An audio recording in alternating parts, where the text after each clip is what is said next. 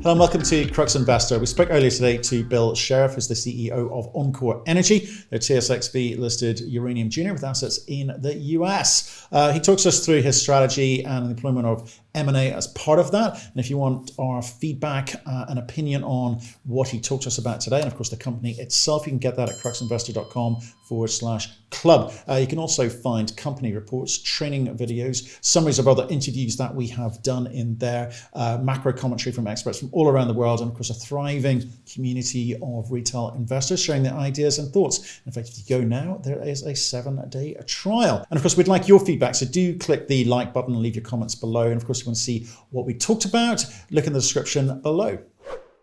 Hey Bill, how you doing? I'm well, thank you. It's good to see you. Good to be back. Yeah, it was May. I haven't spoken to you since May. A lot has happened. How have you been?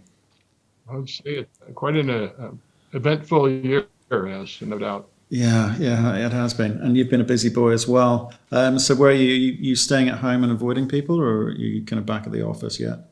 Yeah, we're still based in Southwest Colorado, and watching the various events unfold in the U.S. this year. It's particularly interested with the political situation and the unrest across the country. So it's a little town in Southwest Colorado, beautiful mountains, not a bad place to.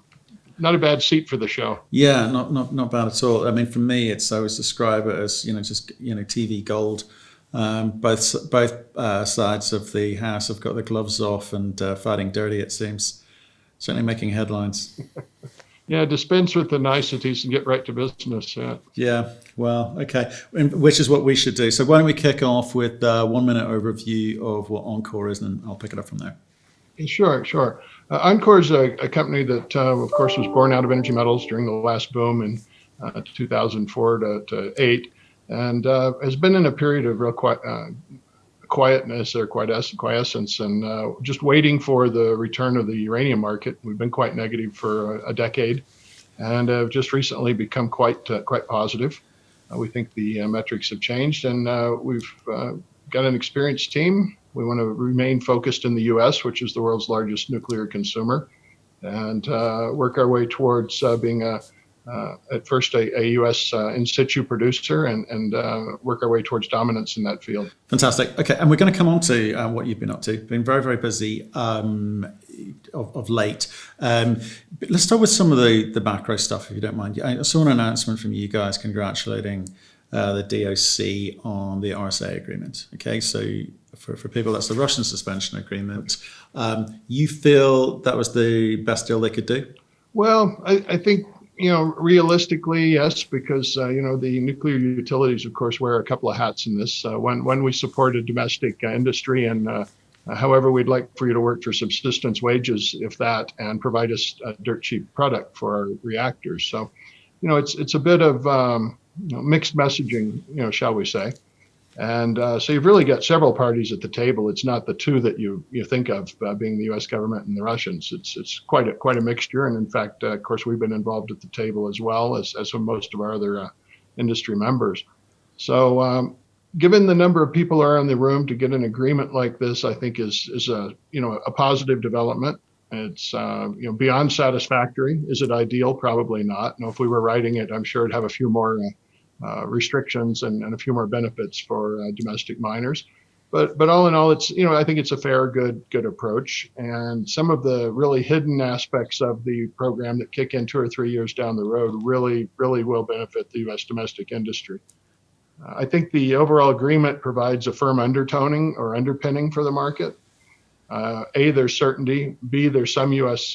Utilities that apparently have overcontracted that'll have to be back into the market as a result of the definitive nature of this agreement.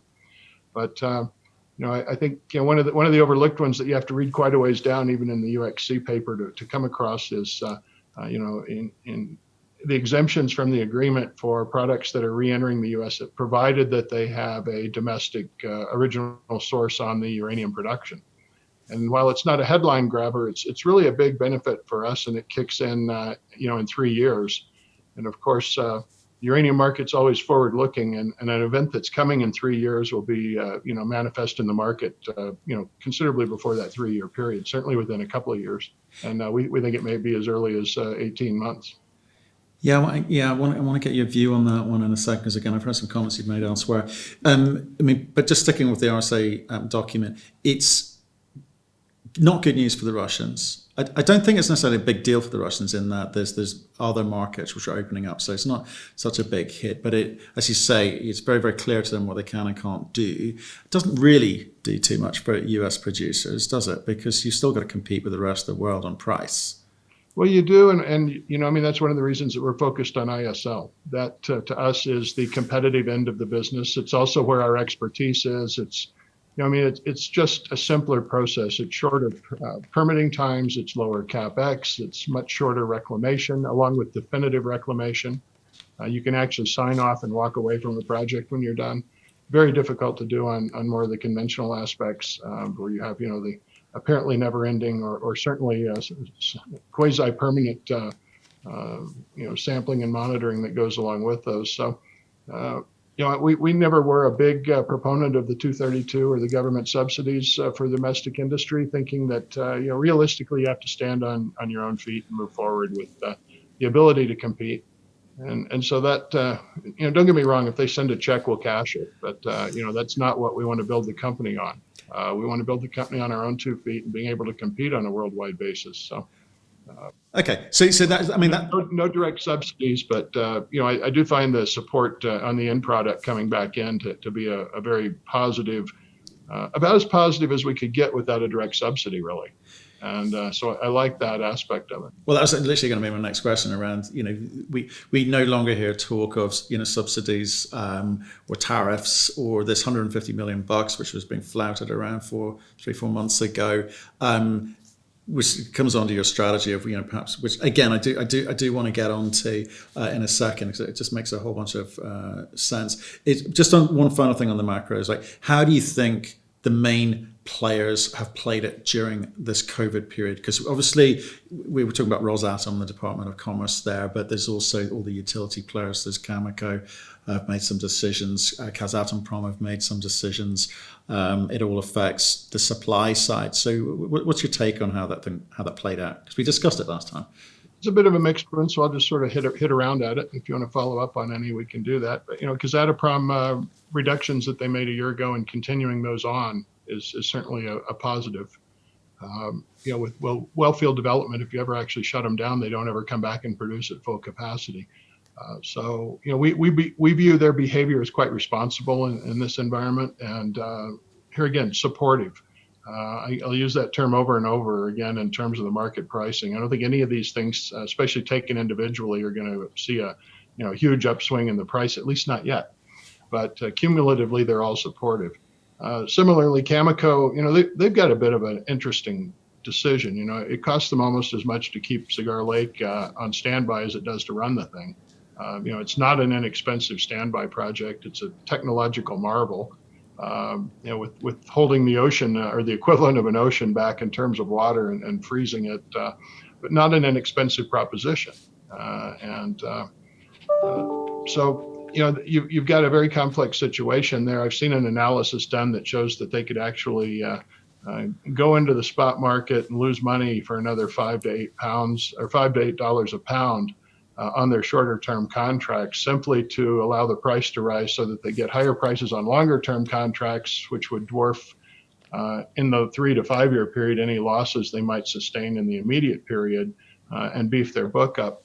So I guess I was a little surprised they renewed production as quickly as possible, but given the cost to keep it in standby, I wasn't surprised. So it's a bit of a trade-off, and I'm sure they've got not only market analysts but a series of engineers and essentially running real-time feasibility studies on a day-to-day basis on trade-offs as to at what point do we produce versus what point do we sit, at what point do we honor the contracts with our internal feed versus going into the spot market. So I think they've it's hard to fault their movement given their situation and not given the level of detail that the public has. So I think in general the big performers have been, and of course Ranger going down in early 2021, and Australia is going to be a huge impact. It's not that many pounds anywhere near it was at its peak production, but still, it's a former top 10 producer in the world that's no longer. It's not an intermittent shutdown; it's a shutdown, and exhaustion as well as Kaminak in Niger. Here again, one of the formerly really big mines that's done, and having those removed is highly significant in the long run.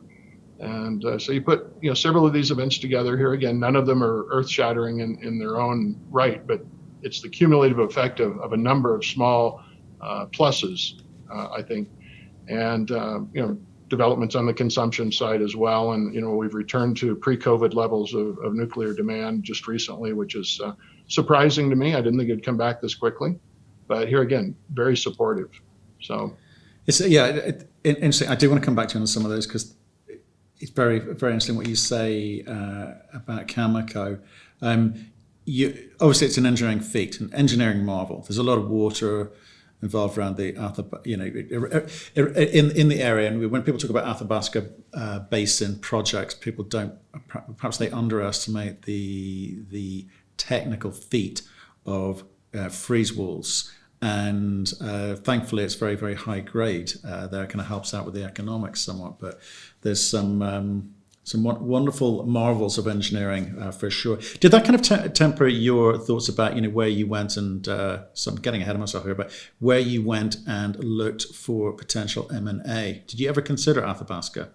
No, and I wouldn't say that we would categorically rule it out, but here again, with few exceptions, and there are a few, the literally ocean of water there is something you're going to have to deal with, and it really contributes to the long lead time. The deposits are huge. The prize at the end of the exploration tunnel is a great prize, but in reality, it limits the number of potential people that will be able to take it and put it in production to a very very small, perhaps a phone booth full of potential buyers, not even a small room. And we've had a couple of really world-class deposits on the market for quite a few years now. And, if anything, we have fewer potential suitors for those than we did 4 or 5 years ago, certainly 10 years ago. Undoubtedly, they'll make production, undoubtedly. And when they do, it'll be substantial and big. But, you just don't have that timeline and relative low cost and things of that nature.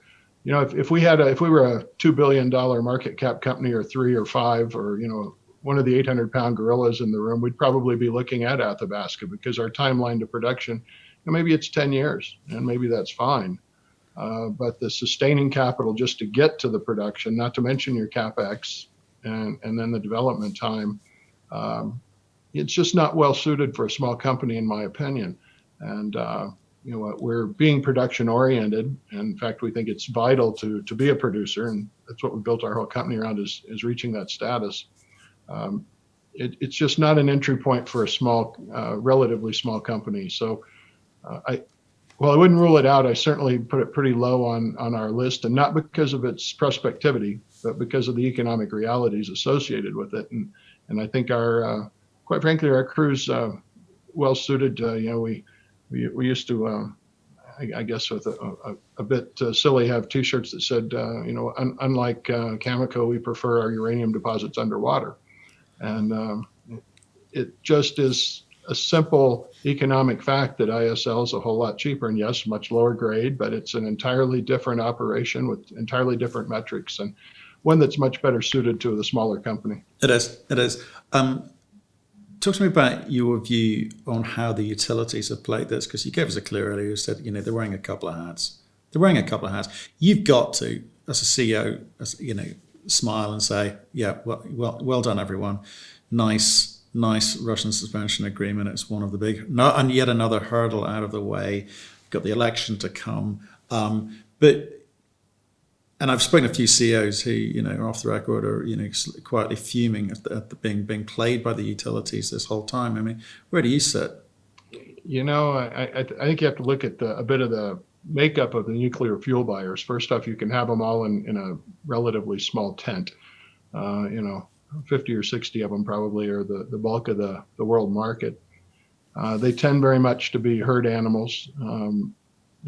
Most of them have been in the business for an awfully long time, and I think I may have even mentioned in our last interview that, everybody I think out there is aware of the impending supply-demand issue and the crunch, and everyone's just it's almost a bit of musical chairs. They just hope the music doesn't stop on their watch, and they've also been made quite comfortable with just-in-time supplying in a what's become a buyer's market on the spot side. So a certain element of comfort on their side that I'm somewhat envious of, I suppose, just in a pure economic sense. They're our ultimate customers, so I'm not going to, we obviously depend upon them. Would I have preferred them to have been a bit more supportive of, perhaps they're us guys at the bottom end of the food chain? Yes, I would have preferred that. But, all in all, I've always maintained that a really good, healthy agreement is when everyone walks away just a little dissatisfied and no one thinks they've really taken advantage of anyone. That's usually what makes a really good agreement. It's not where everyone's happy, because if everyone's happy, they probably missed something in the agreement. So I think this is a classic case of that. Everyone's a little unhappy and everyone thinks they could have done a little bit better, but in general, it's functional. Okay. So this bear market, it's been going some time. When we talked last time, I said you called it when others hadn't. You weren't going to rush to the party because you knew the music hadn't started yet. What do you think? Where are we towards the end of this bear market for uranium? What's the timing? I think the bear market's over. Does not necessarily mean we're in a raging bull either. I think that, as I said, I think the next 12 to 18 months are very supportive in terms of pricing. We've got a whole series of undercurrents that are slightly positive to some of them just outright positive, with very few really negative things overhanging the market. So I think, to use a market term, we'll drift higher over the next 12 months. And, whether it's 12 or 18 or 24, nobody really knows. But in this business, I don't think you're going to predict within 12 months more than that certainty. So we feel that we'll be into a much stronger market sometime in that window. And, obviously we bracketed it, so we're looking at 18 months, but 12 wouldn't surprise us. 24 wouldn't surprise us. 18 would be ideal because it allows us to execute our strategy a bit better. And, that would be optimal for us. So, but we've certainly, and I think even last time I said, I think we've seen the lows, and, we're more convinced of that than ever. So I think we're in a supportive market you can call it the early stages of the bull market, or maybe the dull stages of the bull market before there's, widespread acceptance or widespread buy-in to the concept. But I think pretty clearly the bad times are behind us, and now we're in a transition to the good times. We certainly aren't there yet, but Bill, the uranium market's a bit like an ocean tanker, not a PT boat. It makes big turns and they tend to be somewhat more lasting. And so that's our take. We better start talking about your strategy, because you're starting to sound like those other CEOs that are getting excited. So when we spoke last time, tempered excitement. Always. Tempered, quietly confident. When we spoke last time, I think the price reached up to $33-34. So it's obviously dropped back again. I think there's been a slight tempering in the marketplace because there's been no real meaningful activity. A lot of the catalysts have come and gone. No one's really hasn't changed the thing. But I want to talk about your strategy, because that to me was the smart bit in all of this. You were quite clear. Because when people were talking to me before I interviewed you last time and said, oh, breccia this, breccia that, it's all good.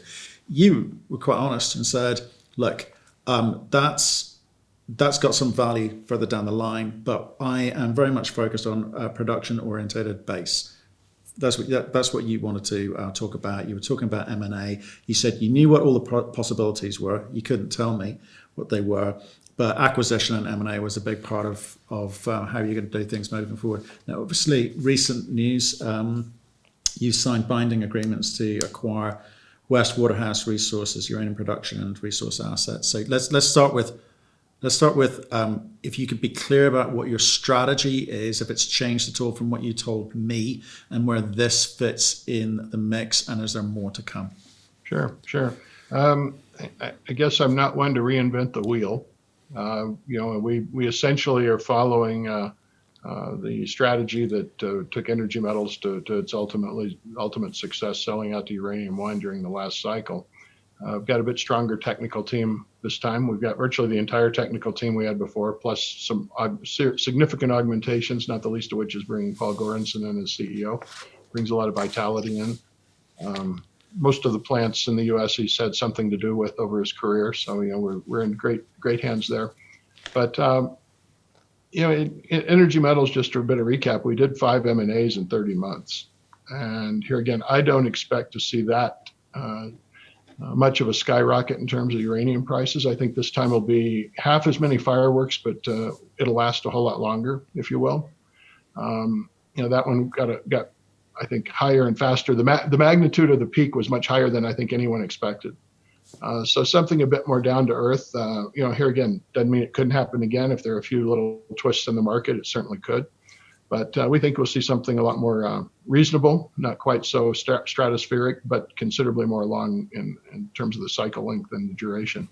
So we think the M&A cycle or strategy is sound. Not too many people in this space like it. You don't see a lot of it. That goes into the whole junior sector. You see more of it at the upper end. It's clearly more economical to buy assets than to create them. I'm not aware of too many instances where it's not a significant economic benefit to acquire something. And this was our first step in Energy Metals. We acquired the Hobson plant, which is now a part of UEC's. That was we rebuilt it pretty much from scratch. Went in and essentially bulldozed it and rebuilt it with most of our current team. Then Uranium One eventually sold it after my departure to UEC, and it's a fine plant. But it just demonstrates that if those licenses are valuable in terms of time and money, it takes a lot of time and a lot of money to get a production license. The plant obviously is a bonus, but it's a physical thing you can build or renovate. If we were to jump on Rosita, which is one of the 2 plants we acquired from Uranium Resources, we could have it up and running certainly well within 12 months, and with a fairly insignificant expenditure. Of course, we're evaluating our options. Upgrading it and expanding it's obviously an option. We also have the Kingsville plant that was part of this. So in essence, we've taken the first step we took in Energy Metals, except much bigger. We have 2 production licenses, 2 plants, both of which are in better shape than the one we acquired last time. One of them is very close to production. You don't go in and just flip a switch, but with just a bit of sprucing up, it would be in production ready mode. We've got a bit of drilling to do to bring things up to 43101 standards in Texas. There are some historic pounds there to feed the plants. Certainly some exploration successes and a host of known deposits in the general area that we certainly could move into. And that, of course, will be the heart of the activity over the next 12 months. But that does not mean that we're necessarily through. I view this as the first step. Obviously, you can have no assurances that you'll be successful, just as this deal. This one was in the cooker for the better part of a year. And I'd say in terms of serious work and negotiations, a good intense 6 months. I mean, we were fairly serious about last time we spoke. And of course, I couldn't divulge that at the time, but these things take a lot of time. They aren't simple. One of the complexities that you don't have in virtually any other industry is the transfer and acceptance, not only by both parties, but of the regulatory authorities on those licenses and the ability and technological know-how to handle that, reclamation, production, et cetera. So, it's not as simple as maybe a merger in the gold business, but there are other targets out there. There are other opportunities out there. We do not see ourselves being a one geographic location producer ultimately. So we're certainly keen on expansion, but certainly the first step, and there'll be a bit of digestion required to get this one put to bed and headed in the right direction. But we're already looking at other options. So okay, we're already looking at our next. We see a series of these, and I guess the real key is where do we see the market? Let's take ourselves away from that for a moment and fast forward to 5 years down the road when we're in the heart of a good uranium cycle that may last a decade or more in terms of solid pricing without these significant fall-offs that we've experienced. And I see there being one domestic conventional producer that's dominant, maybe not the only one, but the one that's dominant. And I see one dominant ISL producer. And I'm looking at that from the market need, not so much from the existing system. But the economics of having 6 or 7 small ISR producers are not particularly efficient. You start factoring in somewhat excessive and somewhat bloated G&As on many of those, and limits to their production capability, and you start seeing why organizations like Cameco have multiple production centers operating under a central organization, and it makes sense even at a somewhat smaller scale, just within the ISL industry in the U.S., which of course is what has our focus. Okay, well, you're going to where I wanted. I hope we would go. Okay, because you talked about production-oriented base. You said there's no more need for exploration. There's enough targets, enough development targets out there. You know where they all are. It's a question of which ones you prioritize. That's what you told me last time. Because some are more substantive than others. You're getting into an area which we've been talking about for the past couple of months in some of the uranium series that we're doing, which is who's going to survive and who's not. Will there be consolidation? Because what you've said about timing, 12 months, 18 months, will scare the living daylights out of some of these CEOs who just haven't got the cash or the ability to raise cash to keep the lights on. So do you see more consolidation, or do you see companies just going under? I think there'll be consolidation where there's quality assets. There may be 1 or 2 of them out there that, and I don't have anybody in mind when I say that, but there may be 1 or 2 out there that have quite marginal assets. You do. And you have some people in mind. Yeah, well, I might have one, but anyway, there's some out there that may not make it because they don't have the depth of team, which is, this business is personnel, and technological know-how. And here again, I put our team up against anybody's in the business. We spend a lot of time getting it, collecting it, and keeping them happy. And it's really a bit of a family, and we all work incredibly well together. And I think that's certainly as big a strength as any we have, perhaps our biggest strength. And a lot of the companies you're talking about may not have that, and there's 1 or 2 that might not make it. But for the most part, the assets underlying these small companies are good assets. So I don't see them going under. I think some will probably be brought to the altar perhaps ahead of time, sooner than they'd like to be, and perhaps not with the dance partner they've chosen. But I think you will see a wave of consolidation. I think it's healthy for the industry. It's certainly healthy for the U.S. In terms of its ability to produce, a highly sensitive commodity in uranium. So I think national security-wise, it makes sense. Economically, it makes sense, and I think you'll see a wave of it. Now, whether that develops in the next 6 months or 18 months or 24, I can't tell you, but it's usually the ego that gets in the way of completing consolidations and acquisitions, and we don't really have that at stake. If it makes more sense for someone to come and consolidate us, as long as we're part of the project moving forward, then that might be the way to go. At the moment, we certainly plan to be on the other side of that, but we're open to whatever makes sense to build a viable long-term business. It really comes down to exit strategy. And our exit strategy is not to sell our stock or to be bought out. Our exit strategy is to have an ongoing viable company that produces revenue and a very valuable commodity at a profit, and have a sustaining company and build a multi-billion-dollar enterprise that moves on. That is a business strategy that will bring about its own exit strategy. So we don't really concentrate on exit strategy. Quite frankly, running a company and building it is a full-time job. Don't have time to think about an exit strategy. The real job at hand is to build a viable company. Yeah, you're delivering the current strategy. But let me talk to you about this, because in the last cycle, they sort of run up when the price of uranium went up to whatever it was, 140. But there's surge of new companies, and I think people have already stepped into this market thinking, oh, we'll just repeat that. And we're not actually in the business of producing uranium or building a uranium company. Right. We just need to buy a uranium license somewhere. We'll list it. There's always dumb money out there. It'll be fine. That's our model of how we make money. And there's a lot of that. We've just talked about consolidation in terms of the realities of actually how companies can move forward if they even are attempting to develop or produce uranium at some point, but they don't have the technical skill. You've told me, may not have the access to cash. And they may not have the scale of their operation, or the economics just don't stack. For lots of reasons, they just won't go forward. But what do you feel about this sort of slew of people coming in and trying to make a quick buck? Can you identify them if you saw them? Yeah, I mean, there's certain traits. I mean, and they're inevitable, and I'm not even going to say they're unhealthy or unwise. There's certainly a window for that.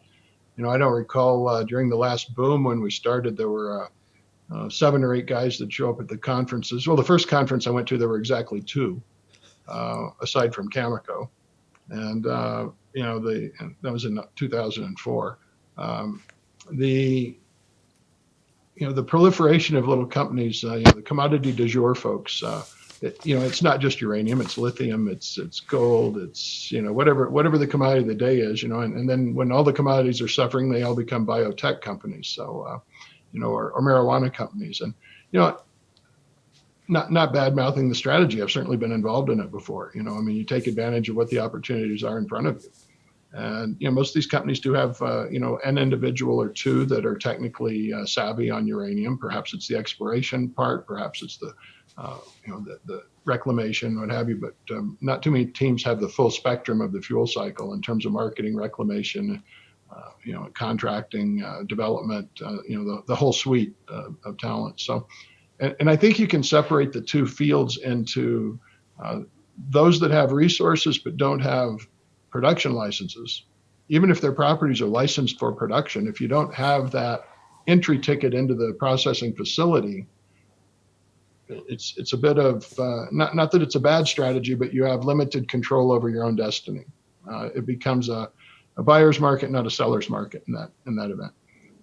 Whereas if you have one of the few production centers, I guess the best way to look at it is go on the U.S. websites and see the number of established deposits, be they historical resources or 43-101, and there's hundreds of them, hundreds of known resources.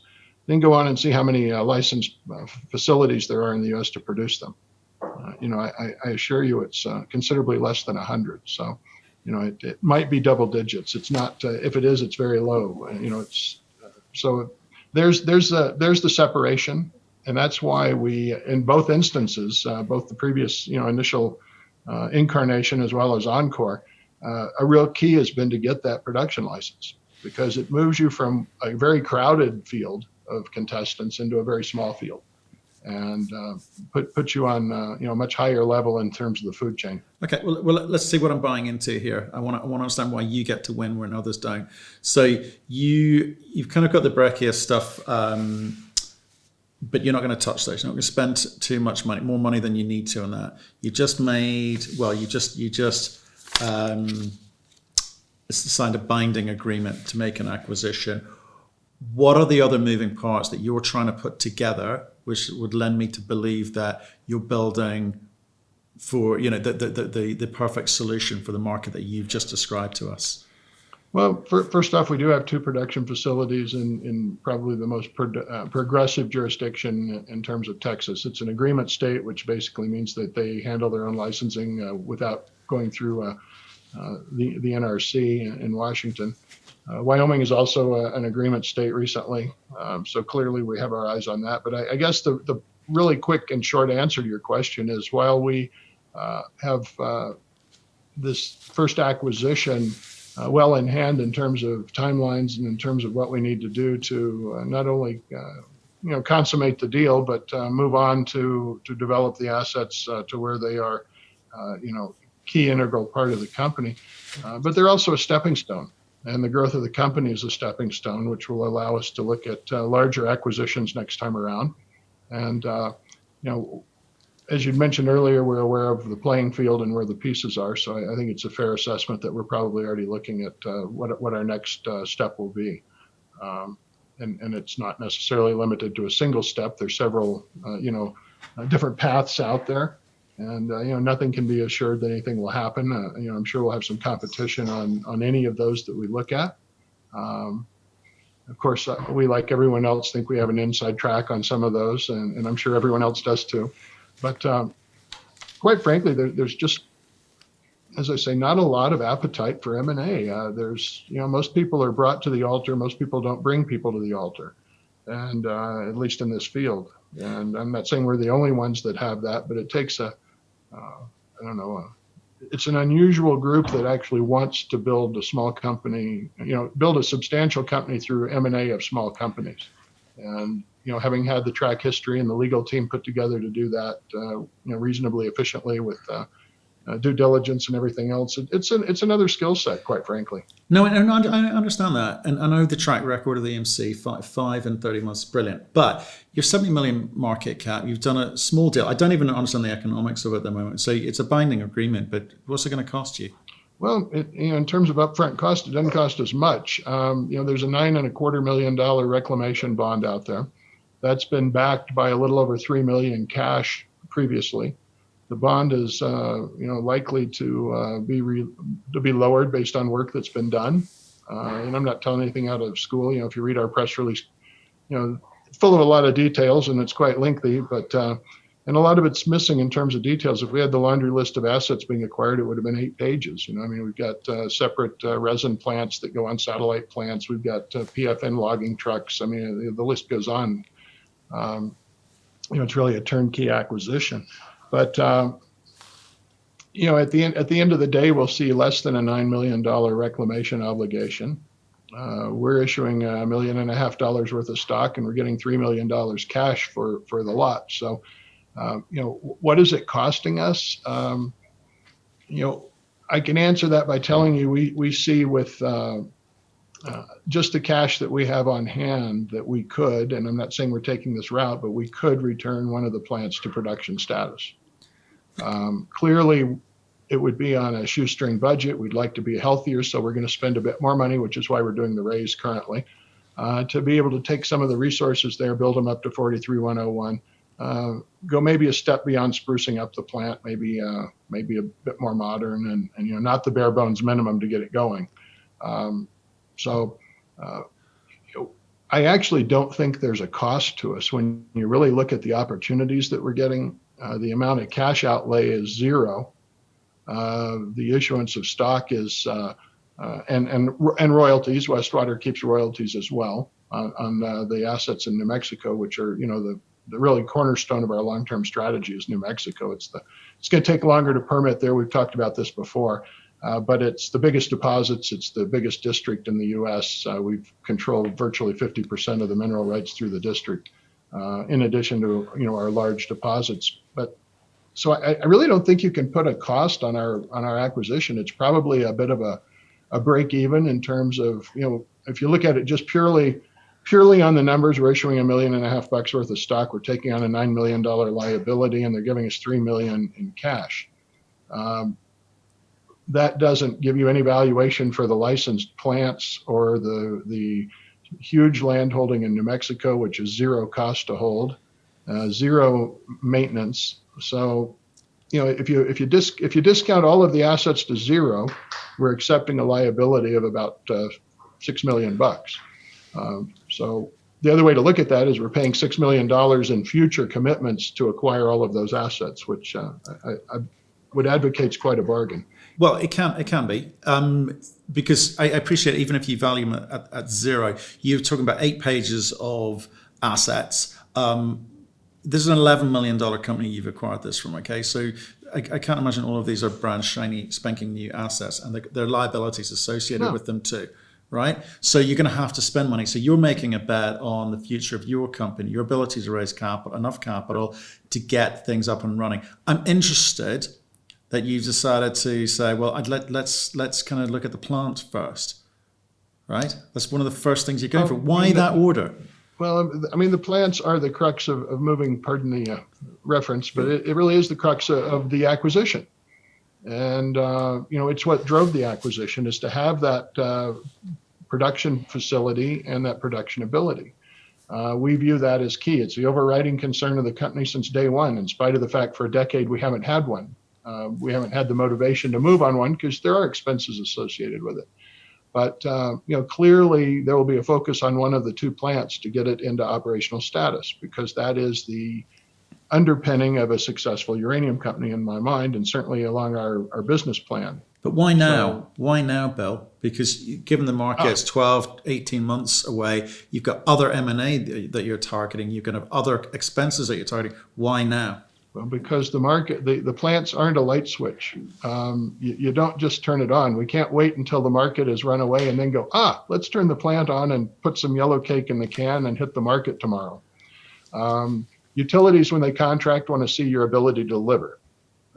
They have a choice of customers, suppliers to acquire uranium from.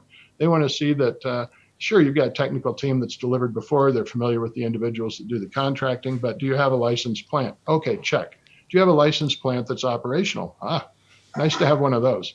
So you've got to have it, in essence, to the point where you can flip a switch and turn it on. And in order to do that in the current market environment, you also have to have some 43101 pounds to run through it. So that is why the concentration on A, getting the plant operational, and B, developing those historic resources with a bit more drilling and some of the new discoveries into 43101 pounds, which does enable you to, in essence, make a decision within a period of a couple of months as opposed to a year or two lead time. So have to do that now to be ready for the market. It's like duck hunting. You have to lead them. Okay. So, and what's its license is what, 800,000 ton? Is that the level of 800,000 pounds a year. Both plants have per year. Okay. Yeah. And you're going to get one of those going. But the two production facilities that you've got, the formerly producing assets. What do you know about those? Again, were they literally a secondary issue for you? Or you focus on the plant, and your forward-looking M&A is where you're looking for the pounds to come from? How's it work? Well, I think it's all both. I mean, obviously we don't. You can't be certain of any future M&A. You can certainly try. You can do your best, but the only one that we're sure of is the one we have a hold of, and. We have to evaluate each one on its own merits. And that first license is the critical one because it changes you from the pounds in the ground game to the producer game. And so, we had to make ourselves, this is part of why it took a year. Part of it was haggling, but haggling was a very small part of that. A good portion of it was evaluating the resources, multiple site visits, digging into the details. I mean, a vast amount of due diligence was done prior to even an offer being made. And we had to be certain of ourselves that there was, a reasonably certain chance of success in terms of not only renovating the plant within a short period of time, but also for a reasonable dollar figure, with some optionality to perhaps, go beyond that bare bones renovation and conceivably up the production rate, conceivably bring in some other equipment from the other plant. Whether we want to run two plants or one plant, I think it's pretty obvious that if they're that close together, there might be some operational efficiencies to perhaps build one bigger plant and not use both of them. Decisions haven't been made, but I'm just kind of laying out the scene for what our thought process has been, and also have a reasonable certainty of being able to have feed to run through your plant, because a plant without feed isn't particularly valuable either. It really is, because you can truck resins a great deal of distance. When you're talking about loaded resin, it's running 5%. So you have a very high dollar commodity that you could truck or rail from a great distance to your plant. So the plant is still far more important than having the resources. But when we look at it, it had to be a holistic approach, and it had to have all the check marks for our first acquisition. Okay. And affordability. So you put all those together, and it was really a perfect fit for us. Okay. And just in terms of profile, what do the future assets look like? Because I know I'm not going to get too many numbers out of you today, because you're starting a process. Okay, it's pointless me asking around economics, but ISL would suggest that it's going to be sort of low quartile type production numbers, which given the market means that you're going to be hopefully one of the first to return to production. But what does the next asset look like? Does it follow the same? Because it's a choice of what's out there, right? What's the next one I can get over the line? Will you wait for the right asset, or do you think this is a case of what you've told me already today, replicating what you did in the last model, which was just putting projects together, pounds in the ground, and it'll be okay? Well, I don't think it's just that we'll put it together and it'll be okay. I mean, there are a series of, everybody knows the playing field to a degree and what assets there are. And if you're looking at something with a licensed facility to produce uranium, even the novice can go assemble that list in about 20 minutes off the website of the U.S. government. So, there are certainly, let me characterize it this way, there are very few permitted operations for production that are not of interest. There are a few, as we mentioned earlier, there's one or two that, have a bit of hair on them that is a bit too much, shall we say. Even for you. But, clearly the licensed plants are where you start looking. So you can make your own list. You can score this at home, if you will, by looking at the list of production assets in the States, because we're limiting ourselves to the States. We're limiting ourselves to ISL. At least for the foreseeable future. So there's a number of assets out there that are quite appealing, and quite frankly, our company a year ago with a market cap of 20 million or something was not big enough to take a bite at some of those assets. And now after this first acquisition, and I think by the time we close it and show some progress on it, we'll have enough appreciation to where we'll be of a significant enough size to where we can take that next step. Well, talk to me about We're obviously looking at them already. Yeah, of course. Look, and you've got to be clear about who you go to and ask for money. Because last time we spoke, you're around 30 million market cap, you're around 70 million today. Because you've started to move. There's some history to what you've done, obviously, and of course, people like M&A get it. What do you know now about the amount of money? I mean, you talked about raising some money. So how much money are you raising currently? Just about 5 million. So it's nothing. So it's not a big thing. So this isn't about the M&A component. This is just kind of allow you to kind of build the team and get things the shape you want them to. How much money do you think you're going to be able to raise, or going to need to raise for your next M&A activity? Because it's not all going to come at zero sum. Kind of depends which one we make a move on first. There are some assets out there that are, I would say there aren't any that aren't double digit. There are some that are very low double digits. There's some that are in the mid range on the double digits. Clearly we can't be looking at anything that's, in terms of immediate cash outlay of, $50 or $60 million. So, we just don't have that. But, through, quite frankly, acquiring a producing asset's very similar to CapEx on a developing gold mine in terms of, you go in and you end up getting a debt equity mix to finance it from a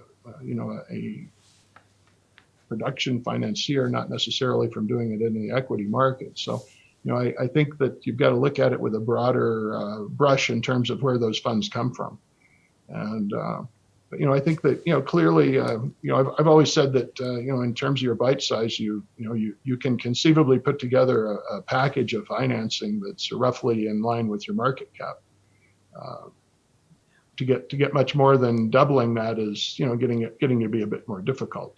But within line of your market cap, I think there's certainly financing mechanisms and packages out there that are available to make the right deal happen. Okay. You mentioned you could, much earlier you said, I can foresee there being two US producers in the market. So obviously yourself, and who's the other one?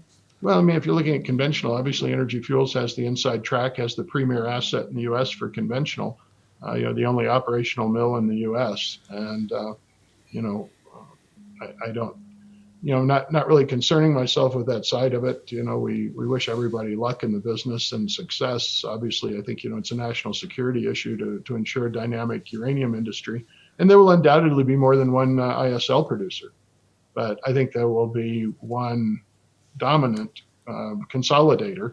And like I say, if it's not us and someone consolidates us, so be it. That's, I have no interest in terms of, being at the head of a minor company. I'd rather be a part of the dynamic company that, becomes the go-to name in the country. So, and I think the assets we're assembling will be a part of that regardless of, whose name's on the door.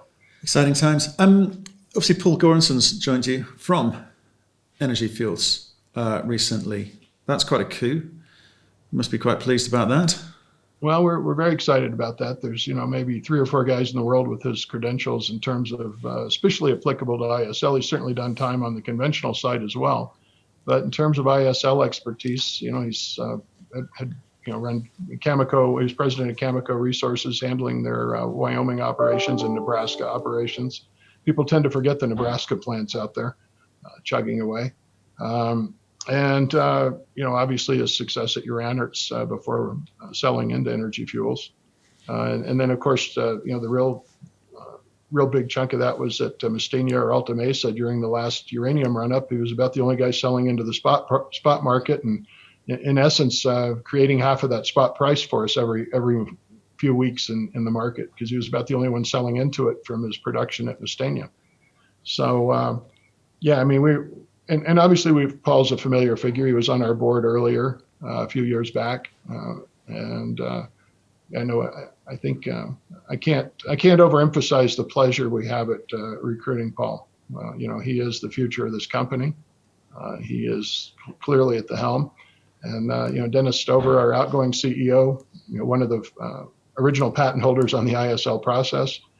He's certainly not relinquishing his activity in the company, but there's a difference in terms of time commitment that's required on a dynamic growing company versus one that's sitting and waiting like we have for the last decade. And, Dennis just his technical knowledge will undoubtedly assist us a great deal going forward, and and I'm sure Paul will rely upon him a great deal as we evaluate these ISL operations, ISR, and try and not only bring more of them into the fold, but improve the ones that we acquire in terms of their efficiency and operational status. So I think having 2 guys like that at the top, chief technical officer, chief executive officer, and then of course our long list of other guys. I couldn't be any more pleased. Yeah, if you're building up to be the ISL, ISR US producer, then quite an acquisition for you. We're kind of running out of time because I know you've got places to go. I need to ask you about Group 11 Technologies. How are things going? What's new? Group 11 spent an inordinate amount of time getting formed, getting 3 parties to agree on the private company status in the U.S., et cetera. I can report, and we did release a news item that's done. The board of directors has been convened. There'll be a news release coming out shortly naming those individuals. Property acquisitions have been underway. Not quite ready to report on the outcome of that yet, but there's certainly a number of targets that either have been acquired or are being acquired. I think in terms of what we'll actually physically do, I think we'll have our first bulk sample of a project in the U.S. Done this year with above ground testing of the concept through basically column leach testing with the environmentally friendly solvent. So I think we'll see that completed this year. Maybe not the reports on the results by December. That's sort of iffy, depends how things go schedule-wise. But certainly we'll have the test done and either report on it this year or very early in the next year. And then, of course, assuming that that's successful, we'll be looking to sometime during next year find our first in situ test site for a small 5-spot injection pattern or injection recovery system. So, and here again, we'd be glad to just have that underway by the end of next year. And then the third, going into the third year, which would be the second full year of operations, we would like to be able to start expanding that. What I mean by that is we'll start by putting the wells very close to each other to establish communication between them. And with success at that level, then we'll start moving the wells further apart, hopefully ultimately getting to the 50 to 100 foot distance between one another, which is your standard well field design. And that's when you can start looking at your economic returns, as opposed to a science project. So it's sort of the path forward, but we're well underway. We've got another separate team that's I think a group of equally elite folks running that. Dennis Stover will obviously do a bit of work for them as well in terms of the ISR applications, but it's a good team. So, and what about you? Are you finding with Paul Goranson coming on board, you're going to be able to spend a little bit more time with Group 11 Technologies, or have you got enough people to take care of that for you? Actually, I'm not the scientific expert here. As I say, I'm just the geologist. So, I obviously will pay attention to it. We've got a big chunk of it, but my main objective will be moving the uranium forward. And of course, I've still got a vested interest in Golden Predator getting into production. But here again on that one, it's more or less transitioning into the mining engineers. I'm not the guy to build the mine. However, I'm certainly one to communicate it and help with the financing of it and make sure it gets there. But we brought in equally talented mine builders on that side. So I really see my, the bulk of my time transitioning more and more towards that in the uranium business, which okay. I think the more of this I can do will allow Paul to concentrate on building the projects and building the production. So. Well, I look forward to that because I mean today for me it's just been about trying to understand what's going on in your head. What's the strategy? What's the plan? What are the building blocks you're putting in place and the order of play? You don't really have the numbers. It's all a bit loose at the moment. But as and when you start firming up on those and you get a sense of what that looks like, I would pick up the phone, let us know, would you, Bill? Absolutely. I'd suggest probably early in the new year we'll have a much better, I don't know that we'll have a much better handle on it. We'll be able to communicate a much more clear picture as to what's happening.